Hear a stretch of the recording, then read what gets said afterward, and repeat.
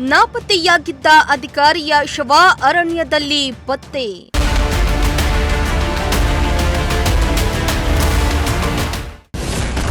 ಸುಟ್ಟು ಕರಕಲಾದ ಸ್ಥಿತಿಯಲ್ಲಿ ಪತ್ತೆಯಾಯಿತು health inspector ಶವ.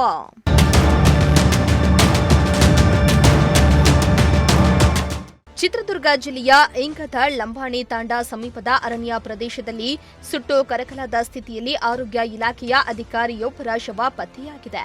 ಮೃತರನ್ನ ಪಾವಗಡ ತಾಲೂಕಿನ ಆರೋಗ್ಯ ಇಲಾಖೆಯಲ್ಲಿ ಹೆಲ್ತ್ ಇನ್ಸ್ಪೆಕ್ಟರ್ ಆಗಿ ಕಾರ್ಯನಿರ್ವಹಿಸ್ತಾ ಇದ್ದ ಪರಶುರಾಂಪುರ ಹೋಬಳಿ ಮೂಲದ ಶಿವಮೂರ್ತಿ ಎಂದು ಗುರುತಿಸಲಾಗಿದೆ.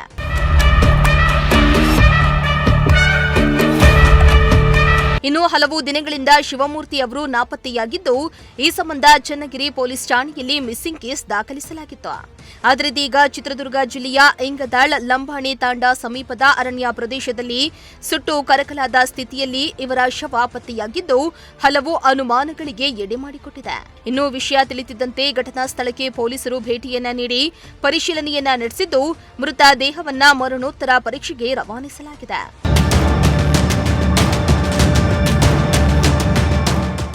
ಸದ್ಯ ಇದು ಆತ್ಮಹತ್ಯೆಯೋ ಅಪಘಾತವೋ ಅಥವಾ ಕೊಲೆಯೋ ಎಂದು ಎಲ್ಲಾ ಆಯಾಮಗಳಲ್ಲಿಯೂ ಪೊಲೀಸರು ತನಿಖೆಯನ್ನ ನಡೆಸ್ತಾ ಇದ್ದು, ಮೃತರ ಕುಟುಂಬಸ್ಥರು ಹಾಗೂ ಪರಿಚಿತರ ಹೇಳಿಕೆಯನ್ನ ದಾಖಲಿಸಿಕೊಳ್ಳಲಾಗ್ತಾ ಇದ್ದು, ಪ್ರಕರಣದ ಎಲ್ಲಾ ಮಾಹಿತಿಗಳನ್ನ ಸಂಗ್ರಹಿಸಲಾಗ್ತಾ ಇದೆ.